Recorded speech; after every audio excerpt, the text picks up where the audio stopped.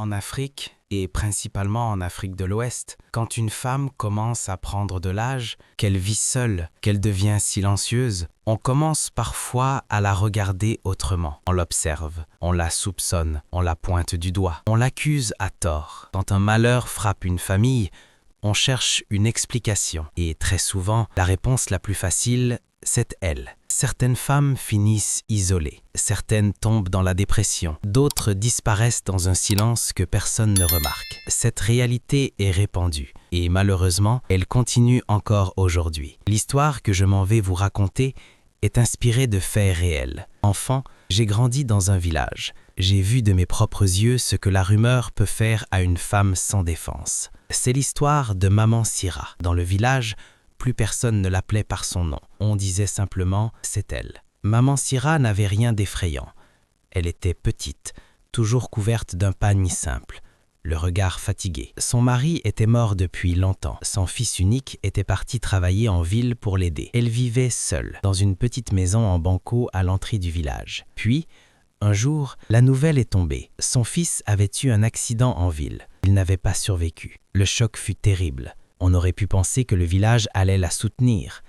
Mais c'est l'inverse qui s'est produit, et les murmures ont commencé. Ce n'est pas normal. Un jeune homme comme ça, mourir brusquement, il y a quelque chose derrière.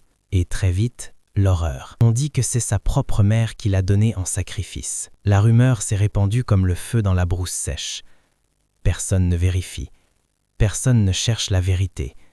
On répète, on amplifie. On déforme. Maman Sira a commencé à sentir les regards changer. Au marché, les femmes s'écartaient légèrement. Les enfants n'osaient plus passer devant sa porte. Quand elle arrivait à la fontaine, les conversations s'arrêtaient. Un jour, elle a entendu clairement « Ne la regarde pas trop. Ces vieilles femmes-là, on ne sait jamais. » Elle n'a rien répondu. Elle est rentrée chez elle. Et ce soir-là, pour la première fois, elle a pleuré à voix haute. Pas seulement à cause de son fils, mais parce qu'elle comprenait que le village l'avait condamnée. Les mois ont passé. Chaque fois qu'un malheur arrivait, son nom revenait. Un enfant malade, une récolte perdue, un homme qui faisait faillite. Depuis que son fils est mort, les choses ne vont plus bien. C'est elle. Elle ne participait plus aux cérémonies. On l'invitait plus aux réunions.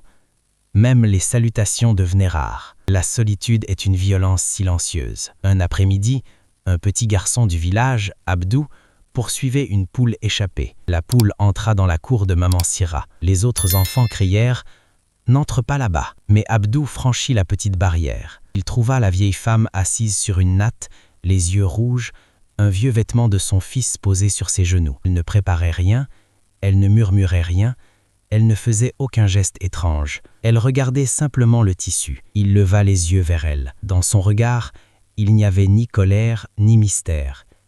Il y avait une fatigue immense. « Tu as perdu ta poule ?» demanda-t-elle doucement. Sa voix tremblait. Abdou hocha la tête. Elle se leva lentement, l'aida à attraper l'animal, puis lui dit « Rentre vite, ta mère va s'inquiéter. » Le garçon hésita. « Pourquoi ils disent que tu es méchante ?» La question tomba, lourde et innocente. Maman Sira baissa les yeux, parce que c'est plus facile que de dire que la vie est injuste. Abdou ne comprenait pas tout.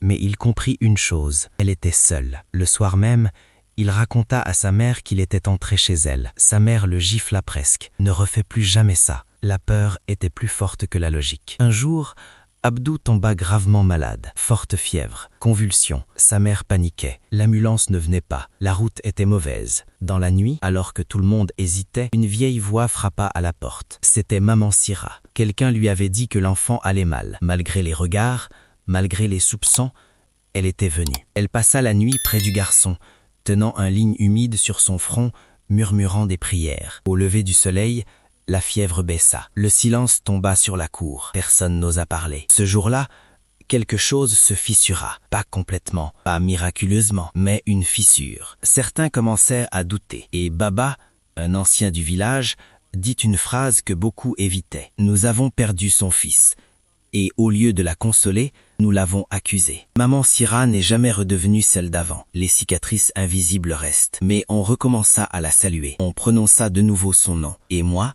enfant, j'ai compris ce jour-là quelque chose d'essentiel. Dans nos villages, la sorcellerie n'est pas toujours dans les actes. Elle est parfois dans les mots. Et le plus grand malheur, ce n'est pas d'être vieille, c'est d'être seule face à la peur des autres.